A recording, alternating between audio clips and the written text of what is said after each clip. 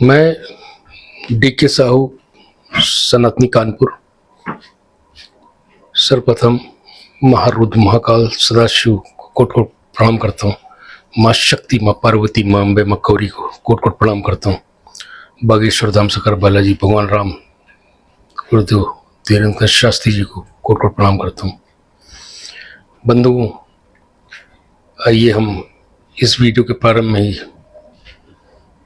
प्रण लें कि वर्ष 2024 में हो रहे लोकसभा चुनाव में हमें माननीय प्रधानमंत्री मोदी जी को पुनः केंद्र की सत्ता में काबिज करना है। देश की बागडोर उन्हें सौंपनी। साथ ही प्रण लें कि पूज्य गुरुदेव की परिकल्पना इस देश को हिंदू राष्ट्र घोषित करवाना है। इन दोनों प्रण के साथ मैं आपसे चर्चा करना चाहूँगा कि वर्ष 2024 के चुनाव में हम युग पुरुष माननीय प्रधानमंत्री मोदी जी को ही पुनः देश की बागडोर क्यों सौंपें। आपको अवगत कराना चाहूँगा, 2014 से 2022 के बीच में लगभग 9 वर्षों में प्रधानमंत्री मोदी जी ने इस देश को 15 करोड़ से अधिक शौचालय, 19 से अधिक एम्स, 7 से अधिक IIM, 262 से अधिक मेडिकल कॉलेज और 320 से अधिक विश्वविद्यालय देश को सौंपे। लगभग पिछले 2014 से पीछे लगभग 65 साल के आसपास का समय, जिसमें इतनी चीज़ों का निर्माण हुआ देश में, और वो काम आदरणीय प्रधानमंत्री मोदी जी ने 9 वर्षों में ही कर दिखाया।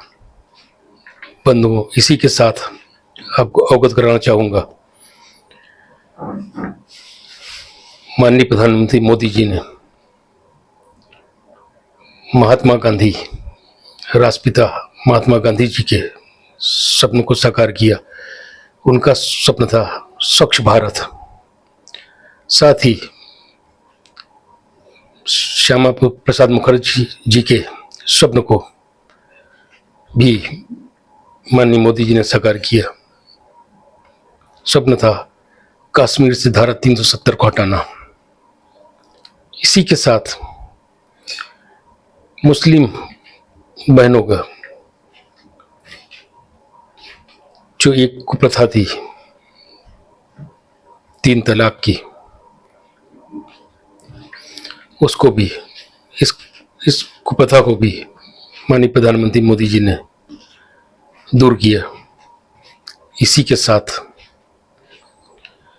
मैं आपको याद दिलाना चाहूँगा कि कश्मीर का आतंकवाद एक समय इतना प्रभावी था कि लगता था शायद कश्मीर से भारत का नियंत्रण पूर्णतः खत्म हो जाएगा। परंतु आज की स्थिति देखिए, माननीय प्रधानमंत्री जी के कठोर निर्णयों के चलते आतंकवाद बिल्कुल साफ हो चुका है। कश्मीर से 1% जो आतंकवादी बच भी गए हैं, वो इधर उधर छुपकर अपनी जान बचाते फिर रहे हैं। बंधुओं, बताना चाहूँगा कि पाकिस्तान में आपको ध्यान होगा,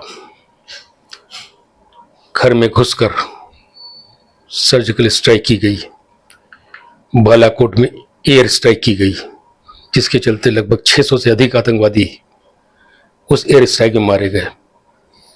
उसी एयर स्ट्राइक में अभिनंदन वर्धमान, जो कि विंग कमांडर थे और MiG-21 उड़ा रहे थे, उन्होंने पाकिस्तान के F-16 को मार गिराया था। इसी डॉग फाइट में उनका विमान क्षतिग्रस्त हो गया और उनको जान बचाने के लिए कूदना पड़ा। परंतु वो जहाँ पर उतरे वो इलाका पाकिस्तान का था। पाकिस्तान ने उन्हें कैद कर लिया, प्रताड़ना दी।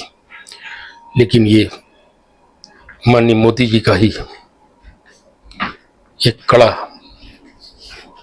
कठोर निर्णय था, जिसके चलते अभिनंदन वर्धमान जी को पाकिस्तान को 72 घंटे के अंदर छोड़ना पड़ा। वहाँ की पाकिस्तान की संसद में उस समय उनके रक्षा मंत्री और अन्य मंत्रियों का प्रधानमंत्री, वहाँ के प्रधानमंत्री से ये निवेदन था कि अभिनंदन जी को 72 घंटे में न छोड़ा गया तो भारत पाकिस्तान की ईंट से ईंट बजा देगा। और आपको याद दिला दूं, इसे कहते हुए वहाँ के रक्षा मंत्री और अन्य मंत्रियों के पैर कांप रहे थे। बंधुओं, इसी तरह चीन के साथ गलवान घाटी में जो इनकाउंटर हुआ, उसमें पूरी प्लानिंग के साथ चीन ने आक्रमण किया, परंतु भारतीय सेना ने 50 चीनी सैनिकों को मार गिराया, जिसके चलते चीन अभी तक पूर्णतः दहशत में है। बंधुओं, अब आप ही विचार करिए कि क्या इस देश को, जिन्होंने इस दुनिया में प्रथम स्थान पर खड़ा कर दिया हो तथा देश का गौरव पूरी दुनिया में बढ़ाया हो, साथ ही जिनके नेतृत्व में हमारे भारतवर्ष देश पूर्णतः सुरक्षित है और किसी की भी मजाल नहीं कि आंख उठाकर देख सके कि हमें उन्हें पुनः प्रधानमंत्री नहीं बनाना चाहिए। मैं समझता हूँ हम आप सभी को इन सब बातों पर पूर्णतः विचार करना चाहिए और माननीय प्रधानमंत्री मोदी जी का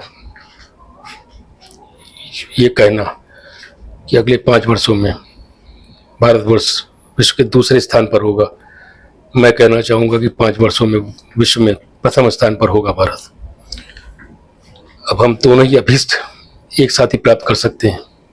पूज्य गुरुदेव धीरेन्द्र शास्त्री जी का संकल्प कि हिंदू राष्ट्र बनाना, इस देश को घोषित करवाना है, साथ ही माननीय प्रधानमंत्री जी का ये निर्णय है कि भारत को प्रथम स्थान पर काबिज करना है। हम दोनों ये अभीष्ट प्राप्त कर सकते हैं सिर्फ एक ही कार्य से, और वो कार्य है 2024 में हम माननीय प्रधानमंत्री नरेंद्र मोदी जी, जिनको कि हम युग पुरुष मानते हैं, उनके हाथ में इस देश की बागडोर पुनः सौंपनी है। मैं इन्हीं शब्दों के साथ, आपके प्रण के साथ अपनी वाणी को विराम देता हूँ।